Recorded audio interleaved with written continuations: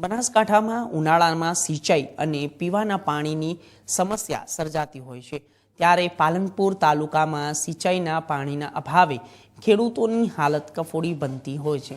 જો કે દાંતીવાડામાં ડેમમાંથી રવિ સિઝન માટે તો પાણી અપાયું, પરંતુ દાંતીવાડા ડેમમાં પાણીનો જથ્થો માત્ર 8% હોવાથી ઉનાળુ સિઝન સિંચાઈનું પાણી નહીં મળી શકે અને જેને લઈને ખેડૂતોમાં મુશ્કેલી ઊભી થઈ છે। અને એક તરફ પાણીના તળ ઊંડા, બીજી તરફ મોંઘા બિયારણ ખાતરને લઈને જ્યારે મોંઘી ખેતી, પરંતુ પાણીના અભાવે ખેડૂતોની કેવી રીતે થઈ શકશે ખેતી, તે એક મોટો પ્રશ્ન ઊભો થયો છે।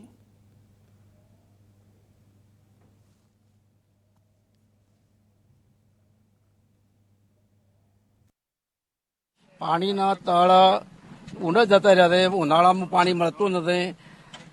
કેનાલનું પાણી 2 કે 3 પણ આવે છે, એટલે ખેડૂતોને ઘાસચારા માટે ને બધા માટે બહુ વિરોધ થાય છે। એટલે સરકારને માગણી કરે છે કે સરકાર કોઈ પ્રોજેક્ટ બનાવે અને પાણી કેનાલમાં લોખે તો ખેડૂતોને ફાયદો થાય। અને મારું નામ ગોવાભાઈ જીવાભાઈ ગોટીગઢ। એકદમ સાચી વાત છે। ઉનાળા અંદર ખેડૂતોને ખૂબ જ તકલીફ પડે છે, કારણ કે આપણો અહીંનો બનાસકાંઠાનો મુખ્ય વ્યવસાય ઉત્તર ગુજરાતમાં અને એમાંય ગઢ ખાસ ખેતીવાડીનો ધંધો છે। એની અંદર જો ઉનાળામાં પાણી ના મળે તો ઢોરની જીવાય થાય એમ નથી અને ખેડૂતોને ખૂબ જ તકલીફ પડે છે। બહારથી ઘાસચારો વેચાતો લાવવો પડે, જે આજના જમાનામાં પરવડે એમ નથી।